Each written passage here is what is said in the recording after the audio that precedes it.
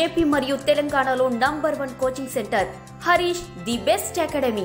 అందరికంటే ముందుగా మీరు విజయం సాధించాలని హరీష్ అకాడమీ అందిస్తుంది ఎర్లీ బర్డ్ డిస్కౌంట్ ఆఫర్. అన్ని ఆన్లైన్ కోర్సులపై భారీ డిస్కౌంట్. ఈ ఆఫర్ ఫిబ్రవరి 16 నుండి ఫిబ్రవరి 21 వరకు మాత్రమే. త్వరపడండి మరి. వెంటనే గూగుల్ ప్లే స్టోర్ నుండి Harish the best academy app ను డౌన్లోడ్ చేసుకోండి. Harish the best academy. Contact number 8341116915.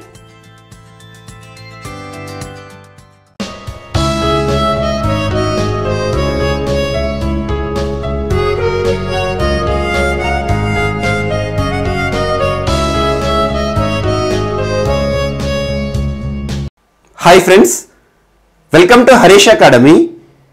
ఈరోజు వార్తలు నిలిచిన జాతీయ, అంతర్జాతీయ, రాష్ట్రీయ అంశాల గురించి, వార్తలు నిలిచిన వ్యక్తులు, అవార్డులు, పుస్తకాలు, మరి క్రీడా సంబంధిత సమాచారం ఒక్కొక్క అంశాన్ని వివరంగా తెలుసుకుందాం. ఈరోజు మన ఫస్ట్ టాపిక్ వచ్చేసి దేశంలోనే మొట్టమొదటి ట్రాన్స్జెండర్ టాయిలెట్ వార్తలు నిలిచింది. ట్రాన్స్జెండర్ టాయిలెట్ అంటున్నాను. సో దేశంలోనే మొట్టమొదటి ట్రాన్స్జెండర్ టాయిలెట్ సంబంధిత అంశంతో ఉత్తరప్రదేశ్ రాష్ట్రం వార్తలు నిలిచింది. ఎగ్జాక్ట్లీ ఒక 3 months బ్యాక్ ఉత్తరప్రదేశ్ రాష్ట్రం ట్రాన్స్జెండర్లకు సంబంధించి మరొక అంశంతో వార్తలు నిలిచింది. Pride station, Noida metro rail corporation, Noida metro rail corporation pride station గా సెక్టార్ 50 రైల్వే స్టేషన్ గుర్తించింది. ట్రాన్స్జెండర్ల కోసం ఎక్స్క్లూజివ్ గా ఒక రైల్వే స్టేషన్ అని చెప్పాను, చాలా ఇంపార్టెంట్ మెట్రోకి సంబంధించి. సో ఇటీవల ట్రాన్స్జెండర్కి సంబంధించి తరచూ ఒక్కొక్క ప్రాంతం వార్తలు నిలుస్తుంది. ఇటీవల ఒడిశా రాష్ట్రం మధుబాబు పెన్షన్ యోజనలో రాష్ట్రంలోని ట్రాన్స్జెండర్లకి కూడా పెన్షన్ కల్పిస్తోంది. మరి ఇటీవల ఢిల్లీ ప్రభుత్వం, అరవింద్ కేజ్రీవాల్ ప్రభుత్వం ఢిల్లీలో ఉన్న ట్రాన్స్జెండర్స్ ఎవరైతే ఉంటారో వారికి ప్రత్యేక గుర్తింపు కార్డులను కూడా ఇచ్చింది, ఐడెంటిటీ కార్డు. ప్రభుత్వం నుండి వచ్చే అన్ని రేషన్ సౌకర్యాలను వారికి కూడా కల్పిస్తోంది. అలా ట్రాన్స్జెండర్లకు సంబంధించి ఇటీవల తరచూ ఏదో ఒక అంశం వార్తలు నిలుస్తుంది. ఈరోజు మొట్టమొదటిసారి దేశంలోనే ట్రాన్స్జెండర్ల కోసం ఎక్స్క్లూజివ్ గా ఒక టాయిలెట్ నిర్మాణం కూడా జరిగింది. ఏ రాష్ట్రంలో? ఉత్తరప్రదేశ్ రాష్ట్రం. ఉత్తరప్రదేశ్ రాష్ట్రంలోని వారణాసి మున్సిపల్ కార్పొరేషన్ పరిధిలో. సో వారణాసి మున్సిపల్ కార్పొరేషన్ పరిధిలోని ఒక ప్రాంతం కామాచా అనే ప్రాంతం. కామాచా అనే ప్రాంతంలో ట్రాన్స్జెండర్ల కోసం ఎక్స్క్లూజివ్ గా వారి కోసమే ఒక ప్రత్యేక టాయిలెట్ ని ఏర్పాటు చేయడం జరిగింది. ఎవరంటే ఉత్తరప్రదేశ్ రాష్ట్ర ప్రభుత్వానికి సంబంధించి వారణాసి మున్సిపల్ కార్పొరేషన్ వార్తలు నిలిచింది. చాలా ఇంపార్టెంట్. సో ట్రాన్స్జెండర్లకు సంబంధించి ఇటీవల కాలంలో వార్తలు నిలుస్తున్న చట్టాలు కానివ్వండి, సెక్షన్స్ కానివ్వండి, అవన్నీ మనం చూస్తున్నాం. కానీ ఒక చట్టం మాత్రం ఖచ్చితంగా గుర్తుంచుకోండి. ట్రాన్స్జెండర్కి సంబంధించి వారి హక్కులను రక్షించే చట్టం ఏది అంటారు? Transgender persons protection of rights act 2019. చాలా important. Transgender persons protection of rights act 2019. So ఈ చట్టం భారతదేశంలోని ట్రాన్స్జెండర్లకు ప్రత్యేకంగా వారికి కల్పించబడిన హక్కులు ఏవైతే ఉంటాయో వారి హక్కులను పరిరక్షించే ఒక చట్టం. చాలా ఇంపార్టెంట్. సో అలా ట్రాన్స్జెండర్కి సంబంధించి ఇటీవల వార్తలు నిలిచిన ఏ అంశమైనా కూడా లింక్ చేసుకోండి. అలా ఈ రోజు ఉత్తరప్రదేశ్ రాష్ట్రంలోని వారణాసి మున్సిపల్ కార్పొరేషన్ పరిధిలో కామాచా అనే ఒక ప్రాంతంలో ట్రాన్స్జెండర్ల కోసం ఇప్పటి వరకు ఎక్కడా కూడా లేని ఒక నిర్మాణం వార్తలు నిలిచింది. Transgender toilet. చాలా ఇంపార్టెంట్. అండ్ నెక్స్ట్ ఈరోజు సిక్కిం రాష్ట్రం వార్తలు నిలిచింది. సిక్కిం చాలా ఇంపార్టెంట్. ప్రస్తుతం సిక్కిం రాష్ట్రంలో ముఖ్యమంత్రి పిఎస్ తమాంగ్, ప్రేమ్ సింగ్ తమాంగ్, యాక్చువల్గా పిఎస్ తమాంగ్ అని గుర్తుంచుకోండి.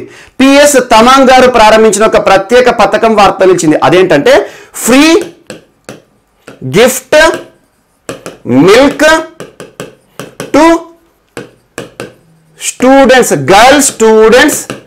Girl students of Sikkim state. So ఇది ఒకటి గుర్తుంచుకోండి. Free gift milk to girl students of Sikkim state అంటే అర్థం ఏంటి? ఎప్పుడైనా ప్రతిసారి మీకు రివైజ్ చేస్తున్నాను. ఏదైనా యాక్రోనిమ్ కానీ ఏదైనా పథకానికి సంబంధించి ఫుల్ ఫామ్ కనబడింది అనుకోండి, అందులో ప్రతి పదం యొక్క అర్థాన్ని అర్థం చేసుకోండి. అక్కడే ఆ ప్రభుత్వ పథకం యొక్క ఉద్దేశం తెలుస్తుంది మనకి. సో అలా free gift milk to girl students, రాష్ట్రంలోని బాలికలు ఎవరైతే ఉంటారో, బాలికా విద్యార్థులు ఎవరైతే ఉంటారో వారికి ప్రతిరోజు 200 ml, so 200 ml per day milk ని డిస్ట్రిబ్యూట్ చేస్తుంది, ప్రత్యేక ప్యాకెట్, పాల ప్యాకెట్ అన్నట్టు. అలా పాల ప్యాకెట్ ను సరఫరా చేస్తూ డిస్ట్రిబ్యూట్ చేస్తూ ఈరోజు ఒక ప్రత్యేక పథకంతో సిక్కిం రాష్ట్రం వార్తలు నిలిచింది. చాలా ఇంపార్టెంట్. సో అలా ప్రస్తుతం రాష్ట్రంలోని గర్ల్స్ ఎవరైతే ఉంటారో, మహిళలు కానివ్వండి, చాలా రకాల కొన్ని సమస్యలతో బాధపడుతున్నారు. ఎక్కువ అనమియా సమస్య కానివ్వండి, పోషకాహార లోపం కానివ్వండి, అలా పోషకాహార పదార్థాల విషయంలో వారికి అద్భుతమైన ఆహార పదార్థాలు కానివ్వండి, పాల ద్వారా ఈ సమస్యను పరిష్కరించాలని చెప్పేసి free gift milk to girl students of Sikkim state అనే ఒక ప్రత్యేక పథకాన్ని ప్రారంభించారు సిక్కిం రాష్ట్ర ముఖ్యమంత్రి. ప్రస్తుతం ఎవరు? పిఎస్ తమాంగ్. సో సిక్కిం రాష్ట్రం చాలా తక్కువగా వార్తలు నిలుస్తుంది. సో అలా తక్కువగా వార్తలు నిలిచింది కాబట్టి ఈరోజు ఈ అంశాన్ని ఖచ్చితంగా గుర్తుంచుకోండి. సో ఇటీవల తరచు వార్తలు నిలుస్తున్న రాష్ట్రం అస్సాం. సో అలా అస్సాం రాష్ట్రానికి సంబంధించి తరచు ఏదో ఒక రంగానికి సంబంధించి వార్తలు నిలుస్తున్నాయి కాబట్టి వాటి గురించి చూడండి.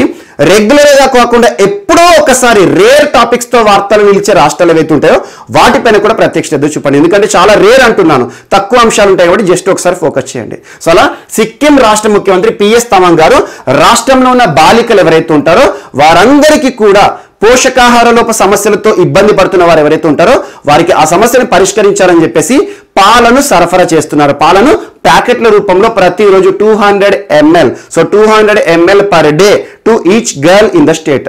ఈ అంశంతో ఈరోజు వార్తలు ఇచ్చారు. So free gift milk to girl students in Sikkim state. So PS Tamang గారు ప్రస్తుతం ముఖ్యమంత్రిగా ఉన్నారు. అండ్ సిక్కింకి చరిత్ర చాలా ఉంది. యాక్చువల్గా సిక్కిం అనేది ఒకప్పుడు ప్రత్యేక దేశంగా ఉండే చోగియాల్ రాజవంశస్థులకు సంబంధించి. సో సిక్కింకి సంబంధించి చరిత్ర కానివ్వండి, వీటికి సంబంధించి ఇండియన్ హిస్టరీ కానివ్వండి. సో అలా సిక్కిం ఏ సంవత్సరంలో భారతదేశంలో జాయిన్ అవ్వడం జరిగిందంటే భారతదేశంలో ఇంటిగ్రేట్ అయింది, ఇలాంటి అంశాలపైన చరిత్రలు చూడండి. చాలా ఇంపార్టెంట్ సిక్కిం స్టేట్ అనేది. మనకు చికెన్ నెక్ అని చెప్పేసి చాలా అంశాలు పిలుస్తూ ఉంటాం, అవన్నీ కూడా ఒకసారి చూడండి. అండ్ నెక్స్ట్ కేరళ రాష్ట్రం ఈరోజు ఒక ప్రత్యేక అంశంతో వార్తలు ఇచ్చింది. అదేంటంటే రాష్ట్రంలో ప్రతి వ్యక్తికి, ప్రతి పౌరుడికి కూడా free internet with high speed.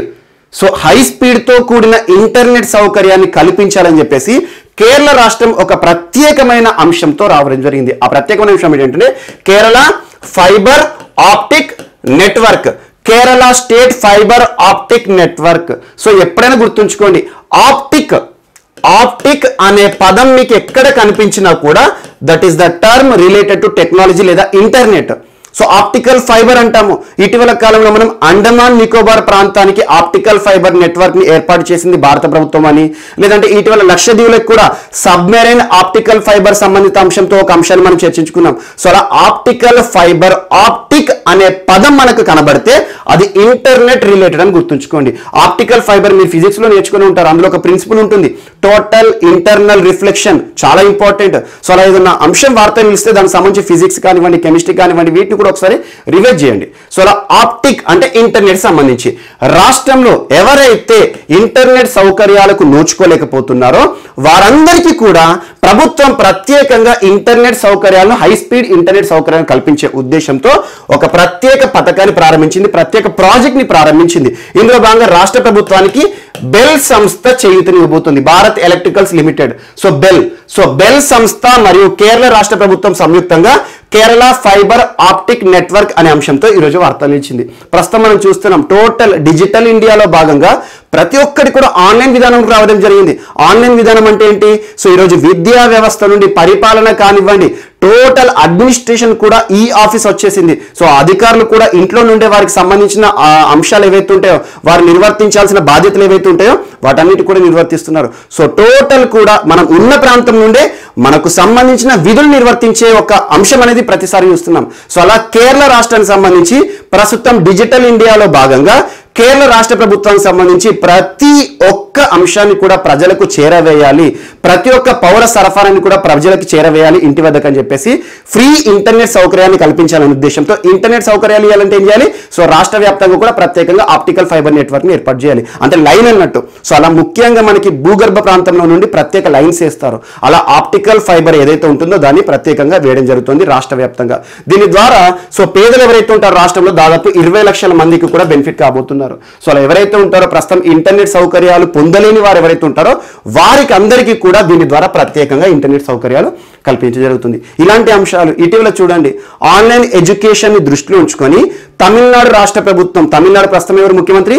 Edappadi Palaniswami ప్రభుత్వం రాష్ట్రంలో ఉండే విద్యార్థులు ఎవరైతే ఉంటారో ఆన్లైన్ ఎడ్యుకేషన్ కి సంబంధించి ప్రతిరోజు కూడా 2 GB ఇంటర్నెట్ ఉచితంగా ఇస్తున్నారు. సో ఏప్రిల్ వరకు కూడా అమలవుతుంది అది. So 2 GB internet per day, అంటే ప్రతిరోజు 2 GB ఇంటర్నెట్ ని ఉచితంగా ఆన్లైన్ ఎడ్యుకేషన్ కి ప్రోత్సాహిస్తున్న రాష్ట్రం ఏది అంటారు? సో తమిళనాడు రాష్ట్రం. మరి ఇటీవల కేరళ రాష్ట్రం చాలా అద్భుతమైన అంశాలతో వార్త నిలిచింది. ఇటీవల మనం ఎగ్జాంపుల్ ఎడ్యుకేషన్ సంబంధించి ఫస్ట్ బెల్, కైట్ విక్టర్సే కానివ్వండి, ప్రతి వర్గానికి సంబంధించి నమత్ బసై. సో కేరళ రాష్ట్రంలో ఉండే గిరిజనులు ఎవరైతే ఉంటారో గిరిజనులకి గిరిజనుల భాషలోనే విద్యను అందించాలనే ఉద్దేశంతో నమత్ బసై అనే ఒక ప్రత్యేక ప్రోగ్రామ్ ని ప్రారంభించింది కేరళ రాష్ట్ర ప్రభుత్వం. మరియు చాలా ఇండియాస్ ఫస్ట్ అనే అంశంతో వార్త నిలిచింది. ఇండియాలోని మొట్టమొదటి సోలార్ ట్రైన్ సంబంధిత అంశమే కానివ్వండి. మరి ఇటీవల దేశంలోనే మొట్టమొదటిసారి పబ్లిక్ ఎడ్యుకేషన్ సిస్టమ్ మొత్తాన్ని కూడా డిజిటలైజ్ చేసిన రాష్ట్రంగా వార్త నిలిచింది. టోటల్ డిజిటలీకరణ సాధించారు. మరియు ఇటీవల రైతులను ఆదుకోవాలని చెప్పేసి ప్రత్యేకంగా ఒక బోర్డుని ఏర్పాటు చేసింది కేరళ రాష్ట్ర ప్రభుత్వం. కర్షక క్షేమ నిధి బోర్డు. రైతుకి ప్రభుత్వం నుండి వచ్చే అన్ని సౌకర్యాలు కూడా ఒకే కేంద్రం నుండి ఒకే అంబ్రెల్లా ప్రోగ్రామ్ తీసుకొచ్చింది కర్షక క్షేమ నిధి బోర్డు. అండ్ పరివర్తన్ మత్స్యకారులకు సంబంధించి ప్రత్యేక ప్రోగ్రామ్. అలా ప్రతి అంశానికి సంబంధించి కేరళ వార్తలు ఇస్తుంది. చాలా ఇంపార్టెంట్. అండ్ భారతదేశంలో GST పై సెస్ విధించిన ఏకైక రాష్ట్రం కేరళ. సో అలా కేరళకు సంబంధించి ఇటీవల ఎక్కువగా విపత్తులు కూడా వార్తలు నిలుస్తాయి, అవన్నీ చూడండి. సో కేరళ రాష్ట్రం చాలా ఇంపార్టెంట్. రాష్ట్రం మొత్తం కూడా ప్రత్యేకంగా ఇంటర్నెట్ సౌకర్యాలు, హై స్పీడ్ ఇంటర్నెట్ సౌకర్యాలు కల్పించాలనే ఉద్దేశంతో రాష్ట్ర ప్రభుత్వం ఈరోజు కేరళ ఫైబర్ ఆప్టిక్ నెట్వర్క్ అనే ఒక ప్రాజెక్ట్ ని ప్రారంభించింది. BEL. సో బెల్ సంస్థతో ఒప్పందం ఆధారంగా. ఇదొకటి ఇంపార్టెంట్. అండ్ నెక్స్ట్, సో ఈరోజు ఒక డిక్షనరీ వార్తలు నిలిచింది. Ministry of social justice and empowerment, కేంద్ర సామాజిక న్యాయము మరియు సాధికారత మంత్రిత్వ శాఖ. చాలా ఇంపార్టెంట్. సో ముఖ్యంగా మనకి సామాజిక సమస్యలకి సంబంధించి కానివ్వండి, ఒక్కొక్క వర్గానికి సంబంధించి ప్రత్యేక పథకాలు ఈ మంత్రిత్వ శాఖ నుండి అమలవుతాయి. సో అలా కేంద్ర లేదంటే మంత్రిత్వ శాఖ. సోషల్ జస్టిస్ అంటే ఏంటి? సామాజిక న్యాయం. మరియు ఎంపవర్మెంట్ అంటే సాధికారత. సో కేంద్ర సామాజిక న్యాయం మరియు సాధికారత మంత్రిత్వ శాఖ ప్రస్తుతం ఎవరు మంత్రి అంటారు? తావర్చంద్ గెహ్లాట్. సో ఇటీవల ఈ మంత్రిత్వ శాఖకి సంబంధించి వికలాంగులకి రక్షణాపరమైన అంశాలు కానివ్వండి, వృద్ధులకి సంబంధించి కానివ్వండి, ప్రతి సామాజిక వర్గానికి సంబంధించి ప్రత్యేకమైన పథకాలతో వార్త నిలుస్తుంది. సో అలా ఈ ministry of social justice and empowerment ప్రస్తుతం ఎవరు మంత్రి? తావర్చంద్ గెహ్లాట్ గారు ఈరోజు ఒక ప్రత్యేక డిక్షనరీని ఆవిష్కరించారు. ఆ డిక్షనరీ 3rd ఎడిషన్. యాక్చువల్గా 2018, 2019 ఫస్ట్ ఎడిషన్, సెకండ్ ఎడిషన్. ఆ తర్వాత ఈరోజు 2021 రోజున, సో ఈ రోజున మనకి 3rd edition of dictionary exclusively ఎవరి కోసం అంటే ఇది ఒక ఇండియా సైన్ కి సంబంధించి, అంటే ముఖ్యంగా ఎవరైతే దివ్యాంగులు ఉంటారో, చూడని వారు ఎవరైతే ఉంటారో వారికి బ్రెయిలీ లిపి కానివ్వండి అలా ఉంటాయి, అంటే విత్ టచ్ ఏదైతే ఉంటుందో స్పర్శ ఆధారంగా కూడా నేర్చుకుంటారు. అలా ఒక సైన్ డిక్షనరీ ఈరోజు వార్తలు ఇచ్చింది. దీన్ని ఆవిష్కరించారు. 3rd edition of Indian sign language dictionary. So sign అంటే ఏంటి? గుర్తులు. సో ఈ డిక్షనరీ మొత్తంలో కూడా ప్రత్యేకంగా గుర్తులు ఉంటాయి. అలా గుర్తుల ఆధారంగా విద్యని అభ్యసించడం అన్నట్టు. సో 3rd ఎడిషన్ వార్త నిలిచింది. ఈ Indian sign language dictionary 3rd edition లో దాదాపు 10,000 టర్మ్స్ ఉంటాయి, పదాలు ఉంటాయి. సో ఇవన్నీ కూడా ముఖ్యంగా దివ్యాంగులకు ఎక్కువగా ఎక్స్క్లూజివ్ గా ఉపయోగపడతాయి. ముఖ్యంగా ఎవరైతే చూడలేని వారు, సో చూడలేని వారికి కూడా విద్యను అందించాలి. ఎందుకోసం, ఏ రకంగా అందించాలి? సో వారికి సంబంధించి ప్రత్యేకంగా సైన్స్ కానివ్వండి, లేదంటే ఎగ్జాంపుల్ వినని వారు ఎవరైతే ఉంటారో, వినికిడి లోపం ఉన్న వారు ఎవరైతే ఉంటారో వారికి ప్రత్యేకంగా సైగలు కానివ్వండి, ఇలాంటి అంశాలతో కూడిన ప్రత్యేక డిక్షనరీ వార్త నుంచి దీన్ని ఎవరు తయారు చేశారంటే Indian sign language research and training centre. So ఈ సెంటర్ గుర్తుంచుకోండి, Indian sign language research and training centre. So Indian sign language research and training centre ఏ మంత్రిత్వ శాఖ పరిధిలో పనిచేస్తుంది అంటే, so ministry of social justice and empowerment, ప్రస్తుతం తావర్చంద్ గెహ్లాట్ గారు. సో వీరు తయారు చేసింది ఒక అటానమస్ సంస్థ, ఒక స్వతంత్ర సంస్థ ఈ కేంద్ర మంత్రిత్వ శాఖ పరిధిలో పనిచేస్తుంది. వీరు తయారు చేసిన 3rd edition Indian sign language dictionary ఈరోజు వార్త నుంచి. ఇందులో 10,000 పదాలు, 10,000 సైన్స్ ఉంటాయి అన్నట్టు. అంటే సైన్ అంటే గుర్తులు, 10,000 గుర్తులతో కూడిన ఒక ప్రత్యేక డిక్షనరీ. సో ఫస్ట్ ఎడిషన్ లో దాదాపు 3,000 సైన్లు ఉన్నాయి, అండ్ సెకండ్ ఎడిషన్ లో కూడా 3,000. సో అలా 3rd ఎడిషన్ లో చాలా పెద్ద సంఖ్యలో 10,000 గుర్తులతో కూడిన ఒక ప్రత్యేక డిక్షనరీని ఆవిష్కరించారు concern minister ministry of social justice and empowerment. ఇది ఒకటి గుర్తుంచుకోండి. అండ్ నెక్స్ట్ పంజాబ్ అనగానే ఇటీవల రూరల్ డెవలప్మెంట్ పైన ఎక్కువగా కాన్సన్ట్రేట్ చేస్తుంది. మనం అలాంటి అంశాలు చాలా చూసాం. రాష్ట్ర వ్యాప్తంగా మొత్తం కూడా కెనాల్ బేస్డ్ వాటర్ సప్లై కల్పిస్తున్న రాష్ట్రం అని చెప్పేసి ఎగ్జాక్ట్లీ 6 months బ్యాక్ చూసాం. So canal based water supply అంటే మనకి కాలువల ద్వారా నీటి సౌకర్యం రాష్ట్ర వ్యాప్తంగా అన్ని పొలాలకు కూడా కల్పిస్తుంది. తాగునీటి సౌకర్యాలు కూడా తీరుస్తున్నారు. మరియు గ్రామీణాభివృద్ధిలో భాగంగా ఇటీవల రాష్ట్రంలోని దాదాపు అన్ని గ్రామీణ ప్రాంతాల్లో ఉండే యువతకి ప్రత్యేకంగా ప్రోత్సాహం చేయూతనివ్వాలని చెప్పేసి యువతకి క్రీడా సౌకర్యాలు కల్పించాలని చెప్పేసి రూరల్ స్టేడియంస్ ని కూడా నిర్మిస్తోంది. రాష్ట్ర వ్యాప్తంగా 750 రూరల్ స్టేడియంస్ నిర్మించబోతున్నట్టుగా ప్రకటించిన రాష్ట్రం ఏదంటే పంజాబ్ రాష్ట్ర ప్రభుత్వం. ప్రస్తుతం పంజాబ్ లో కాంగ్రెస్ అధికారంలో ఉంది. కెప్టెన్ అమరీందర్ సింగ్ ప్రభుత్వం నడుస్తుంది. సో అలా అమరీందర్ సింగ్ ప్రభుత్వం. సో ఈరోజు మరొక అంశం, solar based water supply project అంటున్నాను. Solar based water supply project అంటే ఏంటి?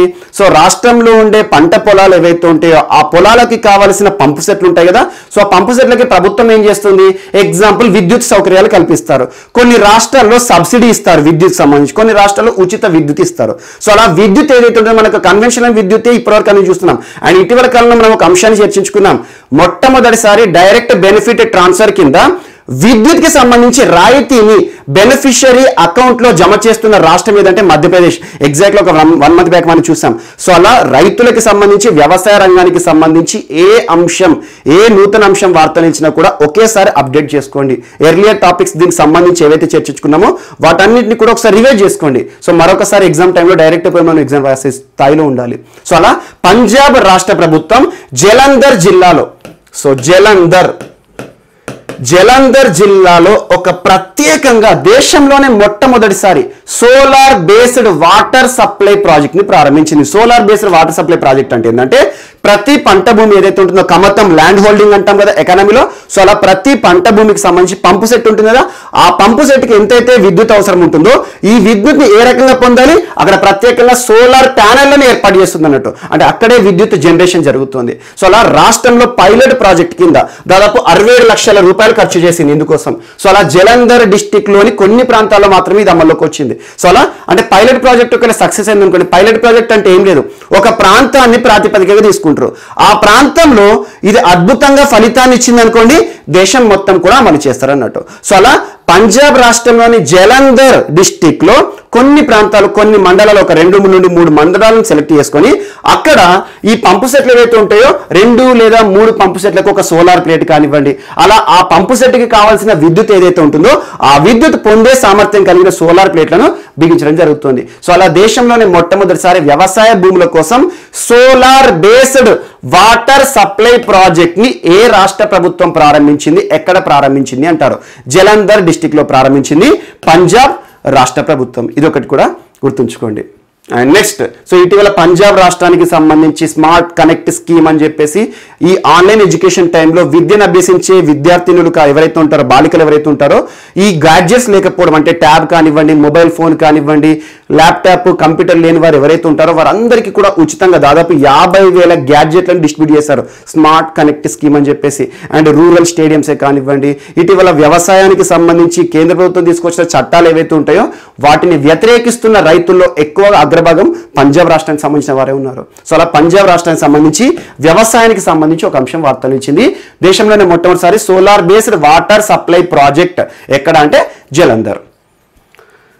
అండ్ నెక్స్ట్, సో పర్జర్వరెన్స్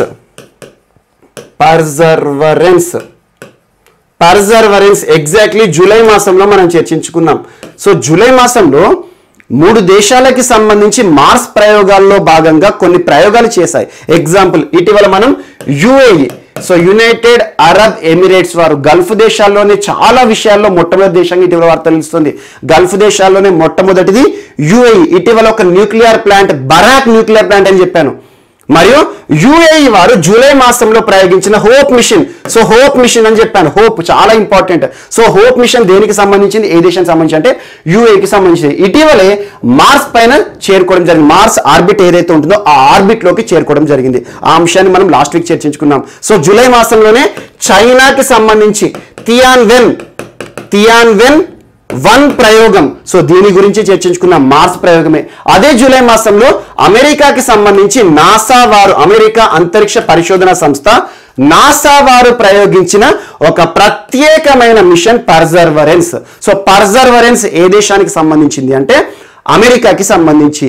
ఏ గ్రహం పైన అధ్యయనం చేయడానికి అంటే Mars, red planet. So Mars అన్న, రెడ్ ప్లానెట్ అన్న, తెలుగులో అంగారకుడు అన్న, లేదంటే అరుణ గ్రహం అన్న, ఏదైనా ఒకటే. సో అరుణ గ్రహం పైన ఇటీవల కాలంలో ప్రయోగాలు పెరుగుతున్నాయి. మన భారత ప్రభుత్వం కూడా చూడండి, మన ఇస్రో, సో భారతదేశానికి సంబంధించి ISRO, Indian Space Research Organisation వారు మనం 2014లోనే మార్స్ ఆర్బిటార్ మిషన్ సెప్టెంబర్ 24, 2014 చాలా కీలకమైన రోజు. సో అలా మార్స్ పై ప్రయోగం చేశాం, మాంగళ్యాన్. సో ఇలా మార్స్ పైన ఏ దేశాలు ప్రయోగాలు చేస్తున్నాయి, ఏ దేశాలు సఫలమవుతున్నాయి, ఏ దేశాలు విఫలమవుతున్నాయి, కానీ ఆ ప్రయోగాల పేర్లు మాత్రం గుర్తుంచుకోండి. హోప్ అనగానే మనకి యూఏ గుర్తుకు రావాలి. దానికి సంబంధించి ఎక్స్క్లూజివ్ మనం చర్చించుకున్నాం, జూలైలో చర్చించుకున్నాం, జస్ట్ 1 వీక్ బ్యాక్. చైనాకి సంబంధించి తియాన్వెన్ 1 ప్రయోగం కానివ్వండి. సో ఈ రోజు పర్సర్వరెన్స్. సో పర్సర్వరెన్స్ ఈ రోజు ఎర్లీ మార్నింగ్, శుక్రవారం రోజు ఎర్లీ మార్నింగ్ 2:30 గంటలకి మార్స్ పై దిగడం జరిగింది. ఆ రోయర్ ఏదైతే పర్సర్వరెన్స్ ప్రయోగాల భాగంగా ఒక రోయర్ని పంపించడం జరిగింది. ఆ రోయర్ అంటే ఏంటి? ఆ మార్స్ పైన ఇది దాదాపు వాక్ చేస్తూ ఉంటుంది, అంటే ట్రావెల్ చేస్తూ ఉంటుంది. దీనికి ప్రత్యేక సౌకర్యం ఏమి ఇచ్చారంటే 2 చేతుల లాంటి నిర్మాణాన్ని ఇచ్చారు. యాక్చువల్గా పర్సర్వరెన్స్ ప్రయోగం యొక్క ఉద్దేశం ఏంటంటే మార్స్ అంగారకుడి పైన జీవనం అంటే ఏదైనా అంతకుముందు ఏదైనా లైఫ్ కానివ్వండి, ఏదైనా ఎగ్జిస్టింగ్ గా ఉందా, లేదంటే ఫ్యూచర్ లో ఈ అంగారకుడి పైన మానవాళి బ్రతకగలుగుతుందా, ఇప్పటి వరకు మానవాళికి సంబంధించి కానివ్వండి, ఏదైనా జీవికి సంబంధించి కానివ్వండి, ఏమైనా ఆధారాలు ఉంటాయని చెప్పేసి ఈ మార్స్ పైన మట్టి ఉంటుంది కదా, అంటే మట్టి అనకూడదు, మార్స్ కి సంబంధించిన నమూనాలు, ఆ ఉపరితల నమూనాలను సేకరించే ఉద్దేశంతో 2 చేతుల లాంటి నిర్మాణాలు కూడా ఇచ్చారు ఈ రోయర్ కి. ఈ రోజు రోయర్ దిగింది. సో ఆటోమేటిక్ గా ఈ చేతుల నిర్మాణం ఏంటంటే ఈ శాంపిల్ కలెక్షన్ ఏదైతే ఉంటుందో మార్స్ అంగారకుడి పైన ఉపరితలం ఉండే ఈ శాంపిల్ కలెక్షన్ మొత్తం కూడా తీసేసుకొని ఇదంతా కూడా మళ్ళీ తిరిగి అమెరికాకి రావాలి. సో చాలా ఇంపార్టెంట్. సో నాసా వారి పర్సర్వరెన్స్ రోయర్ ఏదైతే ఉంటుందో అందులో భాగంగా ఆ రోయర్ ఈరోజు మార్స్ పైన అద్భుతంగా ల్యాండ్ అవ్వడం జరిగింది. సో ఇదొకటి అప్డేట్ చేసుకోండి. సో దీనికి సంబంధించి మరి ఏ రకంగా కలెక్షన్ చేస్తుంది ఏంటని చెప్పేసి మనకు నాసా వారు ఇచ్చే అధికారిక సమాచారం ఆధారంగా మనం మళ్ళీ చూద్దాం. సో పర్సర్వరెన్స్ అంటే ఏ దేశానికి సంబంధించి అంటే మనకు అమెరికాకి సంబంధించి నాసా వారు చేసిన ప్రయోగం గడిచిన సంవత్సరం 2020 సంవత్సరం జూలై మాసంలో చేసిన ప్రయోగం. ఇదొకటి ఇంపార్టెంట్. అండ్ నెక్స్ట్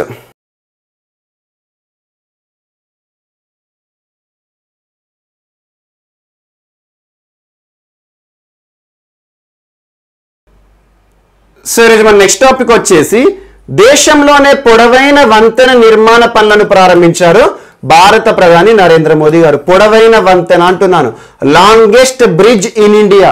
దీనికి సంబంధించి నిర్మాణ పనులు ఫౌండేషన్ స్టోన్ కార్యక్రమంలో పాల్గొన్నారు భారత ప్రధాని నరేంద్ర మోదీ గారు. వర్చువల్ గా జరిగిన కార్యక్రమం నిన్నటి రోజున. సో అలా దీని యొక్క పొడవు ఎంత అంటే 19.2 కిలోమీటర్స్ పొడవైన ఒక వంతెన. దీని యొక్క ప్రత్యేకత 4 లేన్ రోడ్ తో కూడిన వంతెన. ఏ నది పైన నిర్మితమవుతున్న వంతెన అంటే బ్రహ్మపుత్ర నది. సో దేశంలోనే అతి పొడవైన వంతెన నిర్మాణ పనులు ఎక్కడ ప్రారంభమయ్యాయంటే బ్రహ్మపుత్ర నది పైన. ఏ 2 ప్రాంతాలను కలుపుతుంది అంటారు, చాలా ఇంపార్టెంట్.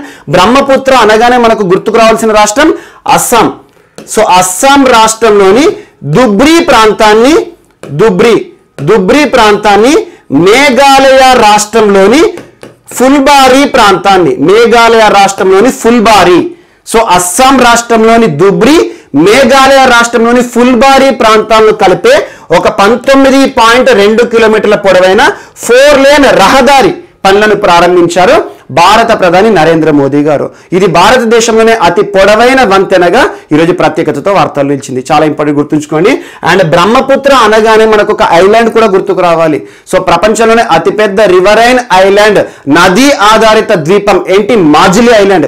ఇటీవల మాజులీ ఐలాండ్ వార్తలు నిలిచింది ఎగ్జాక్ట్లీ 1 వీక్ బ్యాక్. అస్సాం రాష్ట్ర ప్రభుత్వము మాజులీ డిస్టిక్ లో, సో మాజులీ ఐలాండ్ ప్రాంతాన్ని డిస్టిక్ గా గుర్తించింది అస్సాం రాష్ట్ర ప్రభుత్వం. సో మాజులీ డిస్టిక్ లో మొట్టమొదటి హెలిపోర్ట్ ని ప్రారంభించింది హెలికాప్టర్ సంబంధించి. సో అలా మాజులీ ఐలాండ్ తరచూ వార్తలు నిలుస్తుంది కాబట్టి దానికి సంబంధించిన ప్రశ్నలు జాగ్రఫీ పోర్షన్ నుండి పడతాయి. ఖచ్చితంగా చూడండి. ప్రపంచంలోనే అతి పెద్దదైన మాజులీ ఐలాండ్ ఏ నది ఆధారిత ఐలాండ్ అంటారు, ఏ రాష్ట్రంలో ఉంది అంటారు? అస్సాం రాష్ట్రానికి సంబంధించి. సో అలా మాజులీ ప్రాంతాన్ని మరొక ప్రాంతమైన జొర్హాట్, సో పేరు గుర్తుంచుకోండి, మాజులీ ప్రాంతాన్ని సో మాజులి ప్రాంతాన్ని జోర్హాట్ అనే ప్రాంతంతో కలిపే ఒక వంతెన, దాదాపు 8 కిలోమీటర్ల పొడవైన వంతెన, 2 లేన్ రహదారితో కూడిన వంతెన నిర్మాణ పనులను కూడా ప్రారంభించారు భారత ప్రధాని నరేంద్ర మోదీ గారు నిన్న జరిగిన వర్చువల్ కార్యక్రమంలో. ఈ 2 వంతెనలు కూడా గుర్తుంచుకోండి. ఈ నిర్మాణ పనులు మాత్రమే ఈరోజు వార్తలు ఇచ్చాయి. అవి ఎప్పటికి పూర్తయితాయని మనం చూడాలి. సో దేశంలోనే అతి పొడవైన వంతెన నిర్మాణ పనులు ఏ నది పైన ప్రారంభమయ్యాయంటే బ్రహ్మపుత్ర.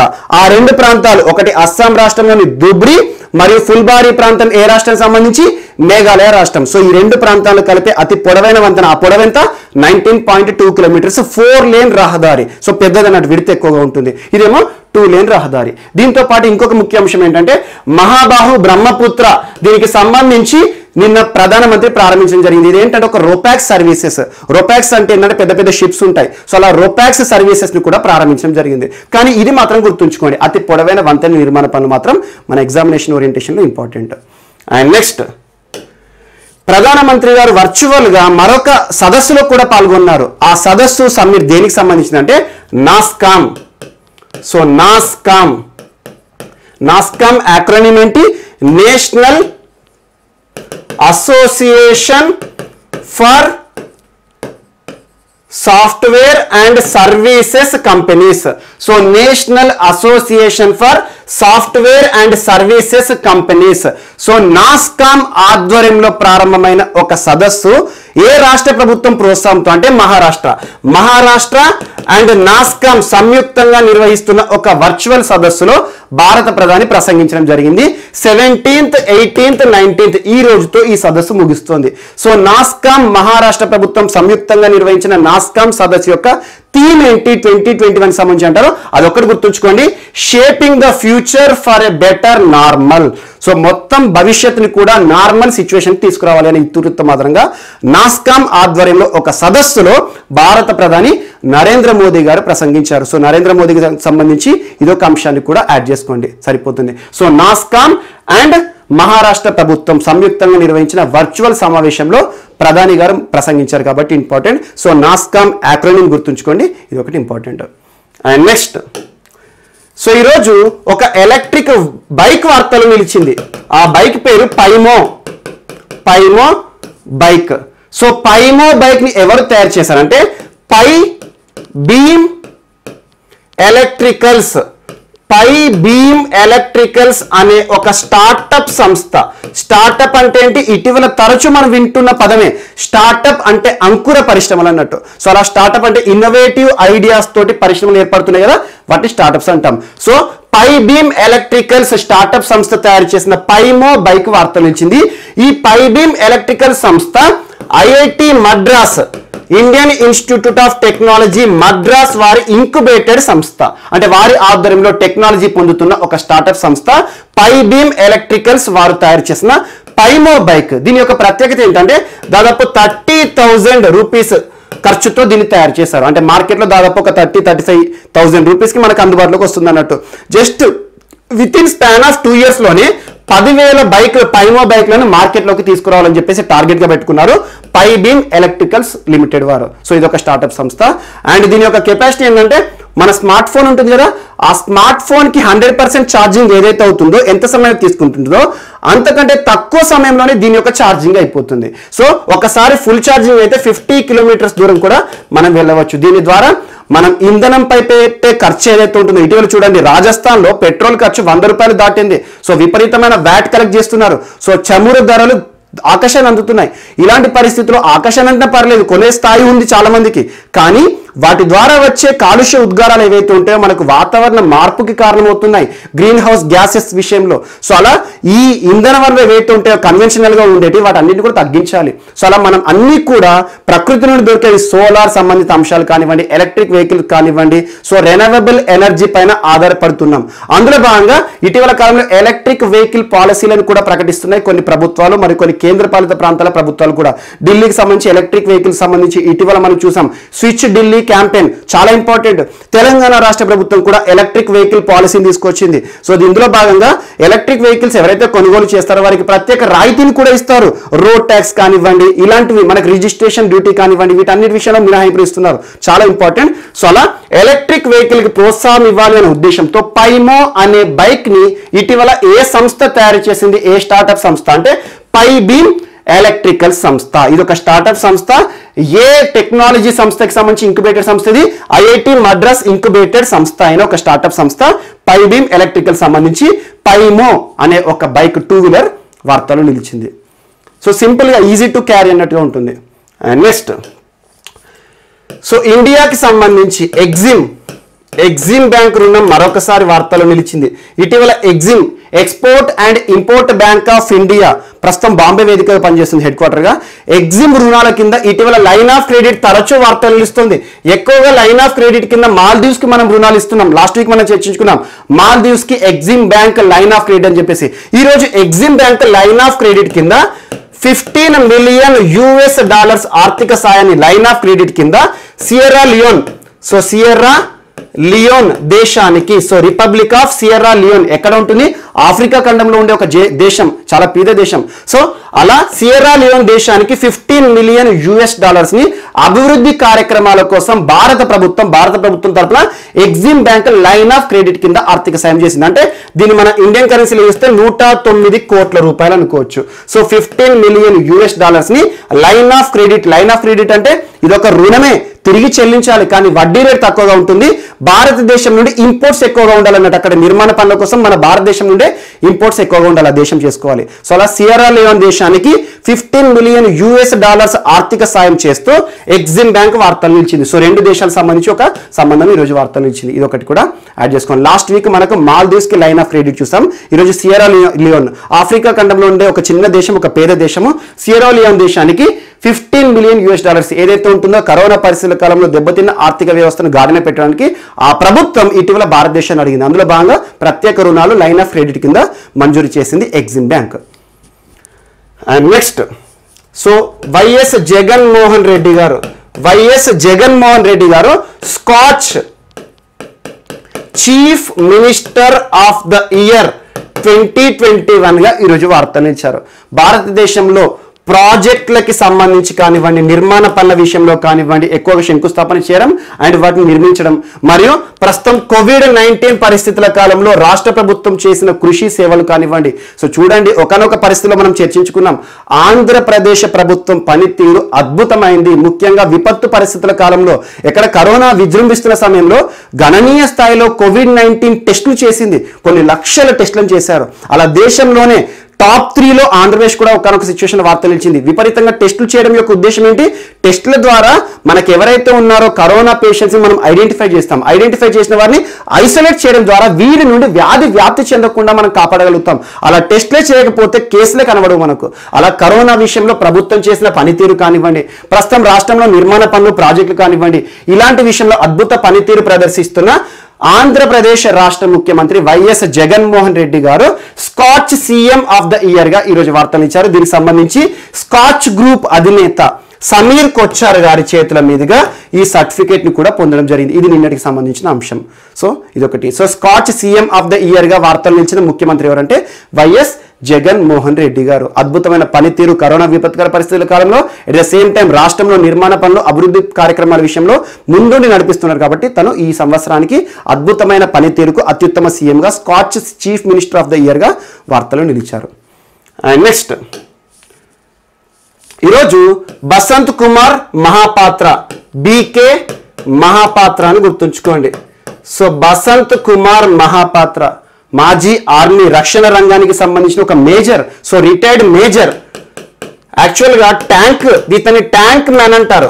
సో ఆర్మీలో తనని ట్యాంక్ మ్యాన్ అంటారు. అంటే మనకి యుద్ధ ట్యాంకులు ఉంటాయి కదా, వాటి ఆపరేషన్ విషయంలో తను చేసిన యుద్ధాలు, ముఖ్యంగా 1965 అనగానే మనకు గుర్తుకు రావాల్సింది Indo cyano war, India China యుద్ధము, మరియు 1971 బంగ్లా విముక్తి కోసం భారతదేశం ప్రత్యక్షంగా పాకిస్తాన్తో యుద్ధం చేసిన సమయం ఏంటి 1971.